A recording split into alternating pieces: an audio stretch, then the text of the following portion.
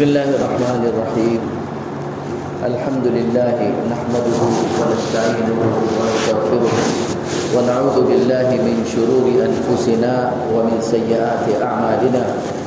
من يهده الله فلا مضل له ومن يضلل فلا هادي له، ونشهد أن لا إله إلا الله وحده لا شريك له، ونشهد أن سيدنا ومولانا محمدا عبده ورسوله صلى الله عليه وعلى آله وأصحابه وأزواجه وذرياته وأهل بيته وبارك وسلم تسليما كثيرا.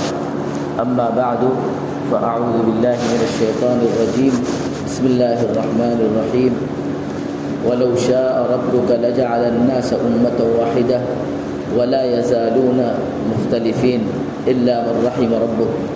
وقال تعالى: والمؤمنون بعضهم أولياء بعض. وقال رسول الله صلى الله عليه وسلم: إن من أحبكم إلي وأقربكم مني مجلسا يوم القيامة أحاسنكم أخلاقا الموطئون أكنافا الذين يألفون ويؤلفون. ومن شراركم وفي رواية ومن أبغضكم إلي المشاؤون بالنميمة المفرقون بين الأحبة، أو كما قال عليه الصلاة والسلام. محترم بزرگوں، عزیز دوستوں، اسلام کی جہاں بہت سی خصوصیات ہیں، اس میں سے ایک اہم خصوصیت یہ ہے کہ اسلام جو ہے ایک اجتماعی مذہب ہے. اجتماعی مذہب کا یہ ہے کہ اسلام جو ہے سفید اور سیاہ، عربی اور عجمی، غنی اور فقیر، پست اور بلند، سب کو ایک ہی لیول پر رکھ کر چلنے کی دعوت دیتا ہے. یعنی اسلام ایک ایسا معاشرہ تیار کرنا چاہتا ہے جہاں سب ایک ہی سطح پر ہو اور کسی کو اونچ نیچ نہ ہو، یعنی سب مل جل کر رہے اور آپس میں کسی طرح کا اختلاف یا کسی طرح کا آپس میں جو ہے رنجش نہ رہے. تو اسلام کی خصوصیت ہی یہی ہے کہ وہ سب کو جوڑ کر اور سب کو لے کر اور سب کو ملا کر زندگی گزارنے کی دعوت دیتا ہے. نبی کریم صلی اللہ علیہ وسلم جب تشریف لائے اس دنیا میں تو کفار قریش کا یہ حال تھا کہ وہ جنگ کے عادی تھے، اونچ نیچ ان کا امتیاز تھا، اسی پہ وہ فخر کرتے تھے، اسی پہ ان کے اشعار تھے، اور جنگجو قوم تھی اور جنگ پر جو ہے فخر کرتی تھی. عورتوں کا کوئی مقام نہیں تھا، غریبوں کی کوئی وقت نہیں تھی، اور آپس میں اختلافات اور آپس میں رنجشیں بالکل جو ہے اوج پر تھی. جب اسلام آیا تو نبی کریم صلی اللہ علیہ وسلم کی برکت سے اللہ سبحانہ و تعالیٰ نے ان سب کے دلوں میں جو ہے جوڑ پیدا کیا اور ان سب کے دلوں میں الفت پیدا کی، اور یہ آسان کام نہیں تھا. اللہ سبحانہ و تعالیٰ فرماتے ہیں وَأَلَّفَ بَيْنَ قُلُوبِهِمْ کہ ایک انعام یہ بھی ہے کہ اللہ نے سب کے دلوں کو جوڑ دیا. تو جس برادری اور جس معاشرے پر اللہ کا انعام ہوتا ہے، احسان ہوتا ہے، ان کے دلوں کو جوڑ دیتا ہے، اور جن کے بربادی کے فیصلے ہوتے ہیں اور جن کے زوال کے فیصلے ہوتے ہیں ان کے دلوں میں ان کو دلوں کو توڑ دیتا ہے. تو جہاں دل ایک ہو تو وہ ترقی کی راہ ہے، اور جہاں دل ایک نہ ہو، لائے عمل ایک نہ ہو، تو وہ زوال کی راہ ہے. تو نبی کریم صلی اللہ علیہ وسلم کی برکت سے جو ہے کفار قریش میں اور تمام عربوں میں اور تمام اسلاموں جتنے مسلمان تھے سب کے دلوں کو اللہ سبحانہ و تعالیٰ جوڑ کر جو ہے ایک ہی آپ سب مشن پر لگا دیا اور بالکل ایک ہی نقطے پر سب کو جمع کر دیا. اس چیز کے لیے اسلام نے جو ہے دو بنیادی چیزیں رکھی ہیں کہ دو بنیادی چیزیں آپ ان پر عمل کریں تو سب کے دل جڑیں گے. ایک تو تالیف قلب کہ دیکھو کسی کا دل نہ ٹوٹے، اور دوسرا مشورہ بھی ضروری ہے اور تالیف قلب بھی ضروری ہے۔ جہاں تالیف قلب نہیں ہوگا، دلوں کو جوڑنے کا اہتمام نہیں ہوگا، وہاں صفیں ضرور ٹوٹیں گی اور جو ہے معاشرے میں رنجشیں ضرور پیدا ہوں گی۔ اور جہاں مشورہ نہیں ہوگا وہاں کبھی وہ کسی ایک لائے عمل پر متفق نہیں ہو سکتے۔ تو اسلام نے ان دونوں کی دعوت بھی دی ہے، اور نبی کریم صلی اللہ علیہ وسلم نے اپنی زندگی سے اس کو ثابت کر کے بتایا ہے کہ دیکھو یہ دو چیزیں اتنی ہی ضروری ہے جتنا اسلام کے 5 فرائض ہیں۔ آپ صلی اللہ علیہ وسلم نے فرمایا کہ دیکھو ان من احبکم الیہ، کہ تم میں سے میرا سب سے زیادہ محبوب کون لوگ ہیں؟ وَأَقْرَبِكُم مِّنِّي مَجْلِسًا يَوْمَ الْقِيَامَةِ، اور قیامت کے دن میرے قریب کون تم میں سے سب سے زیادہ ہوگا؟ ہم سب کی تمنا بھی یہی ہے نا کہ آپ صلی اللہ علیہ وسلم کے محبوب بنے اور قیامت کے دن آپ کے پڑوس میں جگہ ملے، آپ کے قرب میں جگہ ملے۔ تو آپ صلی اللہ علیہ وسلم نے بتایا ہم اس پر عمل کریں گے تبھی تو ہم کوئی نعمت حاصل ہوگی، تبھی تو ہم اس وعدے کے مستحق ہوں گے۔ اگر ہم اس پر عمل نہ کریں تو جو ہے اور پھر اس کی تمنا کرتے رہے تو ایسا ہی ہے جیسے نبی کریم صلی اللہ علیہ وسلم نے فرمایا کہ بعض لوگوں کو عمل کی توفیق نہیں ہوتی لیکن صرف تمنا کرتے ہیں، صرف تمنا سے کام نہیں ہوتا، تمنا کرنے سے آرزوؤں سے کام نہیں ہوتا۔ دین جو اسلام جو ہے عمل کا کام ہے، اسلام آرزوؤں کا کام نہیں ہے، اسلام جو ہے عمل کا مذہب ہے۔ تو عملی جو ہے ہم اپنا عملی کام کریں گے یا عملی میدان میں قدم رکھیں گے اور اس کو اپنی زندگی میں نافذ کریں گے تبھی ہم اس وعدے کے مستحق ہوں گے۔ تو اگر ہم میں سے ہر شخص کی یہ تمنا ہے اور ہم سب کی یہ خواہش ہے کہ نبی کریم صلی اللہ علیہ وسلم کے محبوب بنے اور قیامت کے دن آپ کے قریب سے قریب تر جگہ ملے، آپ صلی اللہ علیہ وسلم فرماتے ہیں کہ وہ کون لوگ؟ تو آپ نے فرمایا کہ دیکھو جن کے اخلاق اچھے ہیں، جن کے اخلاق اچھے ہیں۔ کیا مطلب اخلاق اچھے ہیں؟ اخلاق اچھے ہیں اس کا خلاصہ یہ ہے کہ آپ سے جو مدد ہو سکتی ہے وہ کیجیے، بذل المعروف، جتنا ہو سکتا ہے آپ کیجیے، اور ہنستے چہرے سے ملیے، ہنستے چہرے سے مسکراہٹ کبھی جو ہے چہرے پر نکیر نہ لائیے۔ سمجھ رہے ہیں عام مسلمانوں میں آپ کا برتاؤ ہنستے چہرے سے ہو۔ آپ صلی اللہ علیہ وسلم فرمایا کہ صرف مسکرا دیں جو ہے تو وہ بھی صدقہ ہے، وہ بھی اپنے اخلاق اچھے ہونے کا مطلب یہ ہے کہ آپ کے جو ہے زبان سے اور آپ کے کسی کام سے کسی کا دل نہ ٹوٹے۔ سمجھ جو بھی آپ کے بس میں ہے اتنا کیجیے۔ لا یکلف اللہ نفسا الا وسعها، اسلام کبھی اپنی وسعت سے زیادہ کا مکلف نہیں کرتا، اتنا ہی مکلف کرتا ہے جتنا آپ کے بس میں ہے۔ تو آپ کے بس میں جتنا ہے اتنا کیجیے۔ آپ سے کسی نے اپنی جو ہے اپنی جو ہے ضرورت رکھی کہ مجھے اس چیز کی ضرورت ہے، اب وہ ضرورت آپ پوری نہیں کر سکتے تو دعا دے دی، یہ نہیں کہ میرے سے نہیں ہوگا، یہ نہیں ہوتا کہ میرے سے نہیں ہوگا، جا تو کسی اور کو دیکھ لو، ایسا نہیں اسلام سکھاتا ہے۔ اسلام سکھاتا ہے کہ آپ انشاءاللہ یہ کہیں کہ میں کوشش کروں گا اور اللہ سبحانہ و تعالیٰ ضرورتوں کو پورا کرنے والا ہے، میں دعا کروں گا اللہ آپ کی ضرورت پوری کرے۔ یہ ہوتی ہے تالیف قلب۔ اسی طرح کی ہر چیز جو ہے، ہر چیز میں چھوٹے بڑے ہر کام میں اس کا پاس و لحاظ رہے کہ کسی کا دل نہ ٹوٹے۔ دوسری بات جو ہے آپ اپنا برتاؤ اچھا رکھیں، بچوں کے ساتھ بھی، بچوں کو بھی کوئی تنبیہ کرنی ہے، سمجھ رہے نہیں۔ اب مسئلہ یہ ہوتا ہے کہ بعض مرتبہ بچے جو ہیں شرارت کرتے مسجد میں، ایک طریقہ یہ ہے کہ آپ کہیں کہ ارے جاؤ باہر کھیلو، اور بچہ ہے سمجھتا نہیں، بچہ حقیقت میں 7-8 سال سے پہلے سمجھتا نہیں، اور باپ مارتا ہے تو اس کو یہ سمجھ میں نہیں آتا کیوں مار رہا ہے، کیونکہ بچوں کی فطرت ہے شرارت۔ بچوں کے اوپر جب باپ مارتا ہے تو اس کے خیال آتا ہے کہ پتہ نہیں کیوں مار رہا ہے مجھے، یہی سمجھ میں آتا ہے اس کے کہ کیوں مار رہا ہے، سمجھ رہے ہیں۔ تو بچوں کے ساتھ خاص طور پر آپ جو ہے شفقت کا معاملہ رکھیے، کچھ بھی کریں وہ کسی طرح کی چیز کریں، لیکن آپ کو نصیحت جو ہے وہ شفقت کے انداز میں ہونی چاہیے۔ آپ کے اپنے دوستوں اور جو ہے اپنے ہم عمروں کے درمیان بھی جو بھی گفتگو ہو، جو بھی معاملہ ہو، وہ محبت کے ساتھ ہو اور بڑوں کے ساتھ عظمت کا معاملہ ہو۔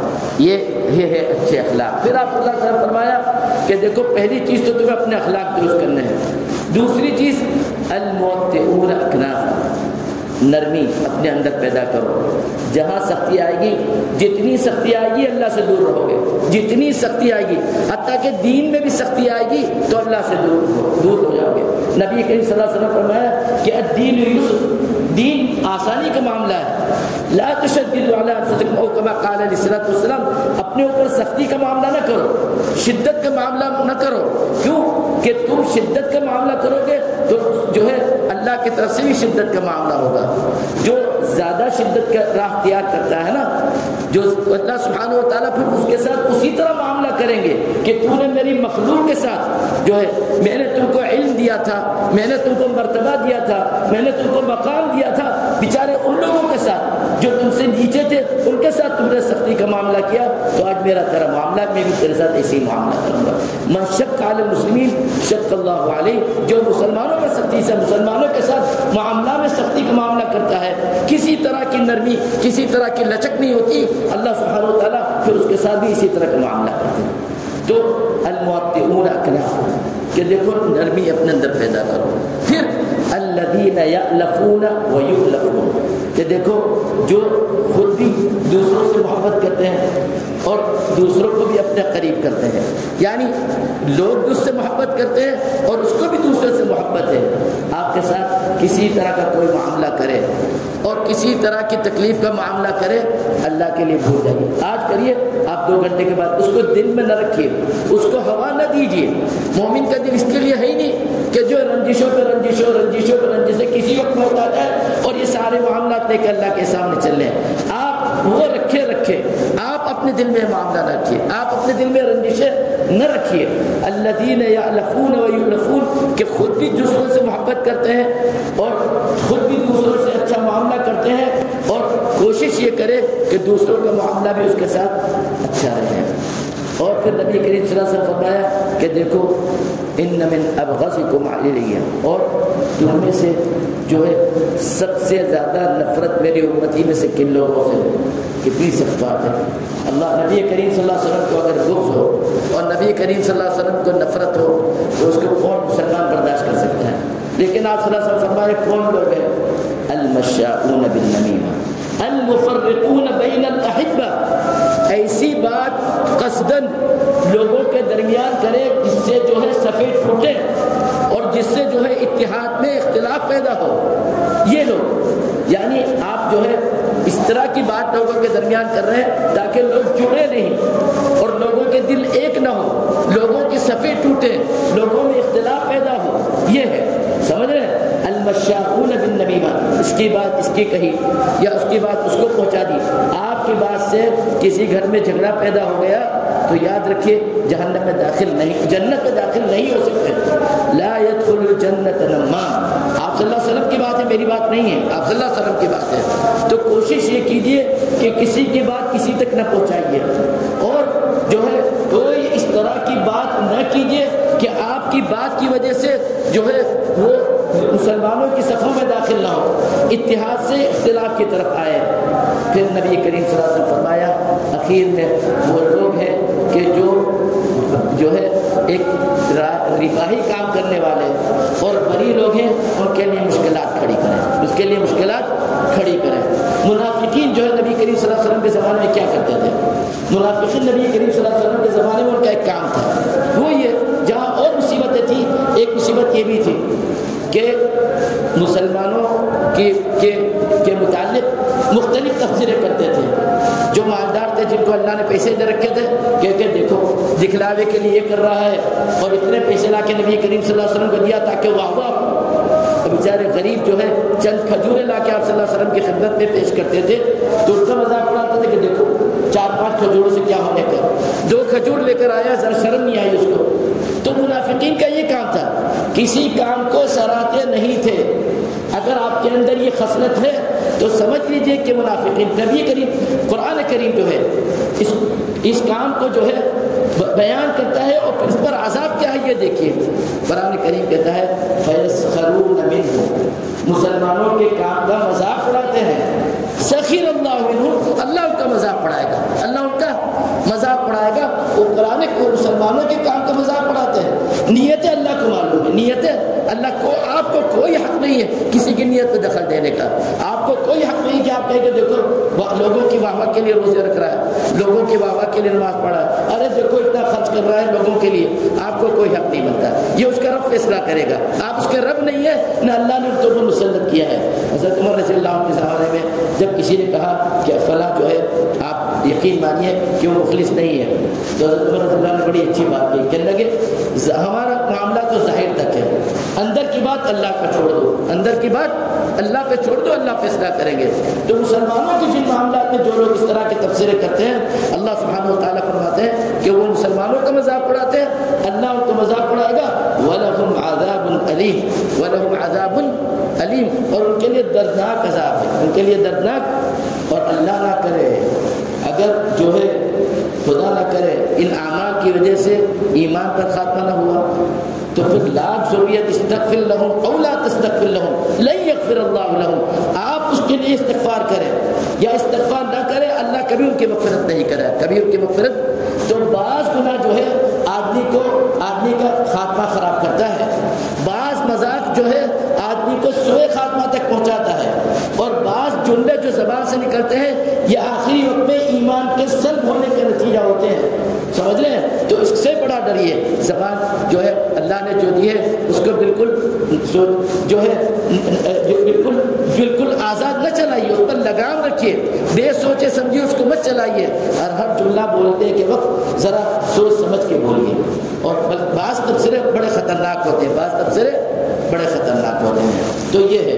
تو نبی کریم صلی اللہ علیہ وسلم نے اس مختصر حدیث میں ہمیں بتایا کہ دیکھو میرے قریب وہ لوگ ہیں اخلاق اچھے, اور جو ہے اخلاق رکھنے کے ساتھ ساتھ نرم, کبھی اپنی بات پر سختی نہیں, کبھی اپنی بات پر سختی نہیں, اور جو خود بھی محبت کرتے ہیں دوسروں سے, اور یعنی دوسروں کے ساتھ اچھا رویہ رکھتے ہیں, اور دوسرے بھی ان کے رویے کی وجہ سے ان کے ساتھ اچھا رویہ رکھتے ہیں. اور مجھ سے دور وہ لوگ ہیں کہ جو جھگڑا پیدا کرتے ہیں, سمجھ رہے ہیں, اور مسلمانوں کے صفوں میں درار پیدا کرتے ہیں. اور بیچارے جو لوگ بری ہیں اور جو دین کے کام میں لگے ہوئے ہیں یا جو سماجی کام میں لگے ہوئے ہیں ان کی کھود کھرید کرتے ہیں, ان کی کھود کھرید کرتے ہیں. تو سب سے پہلے تو تعریف عقل, دوسرا مشورہ. مشورے کو مت بھولیے, چاہے آپ کتنے بڑے مقام پر پہنچ جائیے. بس مشکل یہ ہوتا ہے کہ آدمی ایک عمر کے پہنچنے کے بعد مشورے کو نظر انداز کرتا ہے. اپنی رائے, میری رائے چلے گی, میں کسی سے مشورہ نہیں کروں گا, یہ اسلام کے صراحتاً خلاف ہے اور یہ گناہ ہے ایک طرح سے. نبی کریم صلی اللہ علیہ وسلم جن پر وحی آتی تھی ان کو حکم دیا گیا وشاورہم فی الامر, کہ آپ مشورہ کیجئے, آپ حکم ہے آپ مشورہ کیجئے. وامرہم شورا بینہم. آپ اللہ سبحانہ و تعالیٰ نے جب مسلمانوں کی تعریف کی ہے, مومنین کی تعریف کی ہے, الذین استجابوا لربہم, کہ دیکھو جو لوگوں نے اللہ کے حکام کو سینے سے لگایا, وہ اقاموا الصلاۃ, اور نمازیں قائم کی, وامرہم شورا بینہم, اور کوئی بھی معاملہ بغیر مشورے کے وہ حل نہیں کرتے ہیں. مسئلہ یہ ہوتا ہے کہ خاندانی معاملات, گھر کے نجی معاملات بعض لوگ اپنی رائے سے طے کرتے ہیں. نہیں, آپ کے بیوی بچے کا حق, بیوی بچوں کا حق ہے, ان کو مشورے میں شریک کیجیے اور ان کی رائے نظر انداز مت کیجیے. ان کی رائے, عربی میں ایک بہت مشہور مقولہ ہے, اذا کبر ابنک فشاورہ, جب بیٹا بڑا ہو جائے تو ان کو سے مشورہ لیجیے اور ان کے مشورے کو ایک اہمیت دیجیے. نبی کریم صلی اللہ علیہ وسلم کے بہت سے مقامات پر کچھ اور رائے تھی, لیکن صحابہ کرام رضوان اللہ تعالیٰ علیہم اجمعین سے مشورے کا پابند بنایا گیا تھا, اور آپ صلی اللہ علیہ وسلم کی رائے کچھ اور تھی, لیکن آپ نے صحابہ کرام رضوان اللہ تعالیٰ علیہم اجمعین کے مشورے کے بعد جو ہے اپنی رائے بدل دی. تو مشورہ یہ ایک ایسی چیز ہے کہ اس میں بہت سے لوگ کوتاہی کرتے ہیں, اور اس کی وجہ سے پریشانیوں میں بھی مبتلا ہوتے ہیں, اور مشورے کا فائدہ یہ ہوتا ہے کہ آدمی مل جل کر چلتا ہے, اور مل جل کر چلنا جو ہے اسلام نے اس کی بڑی اہمیت دی ہے۔ آپ صلی اللہ علیہ وسلم فرمایا علیکم بالجماعہ، کہ دیکھو جس سوسائٹی میں رہتے ہو، جس معاشرے میں رہتے ہو، سب کو لے کر چلو، اپنی الگ دکان قائم نہ کرو جو ہے، اور اپنی الگ جو ہے اپنی الگ تنظیم مت بناؤ، سب سے مل جل کر چلو۔ علیکم بالجماعہ ومن اراد بعوبۃ الجنہ فلیلزم الجماعہ، اور کوئی جنت کی کشادگی چاہتا ہے اور جنت میں بہت کشادہ رہ کر رہنا چاہتا ہے تو جماعت کے ساتھ رہے، جماعت کے ساتھ رہے، یعنی مل جل کر رہے۔ تو آپ صلی اللہ علیہ وسلم نے جو ہے بہت سی چیزوں میں صرف اس وجہ سے تاکہ جماعت میں انتشار نہ ہو اور کوئی اختلافی صورت نہ پیدا ہو، آپ نے بعض ضروری چیزیں چھوڑ دی تاکہ لوگوں میں کسی طرح کا اختلاف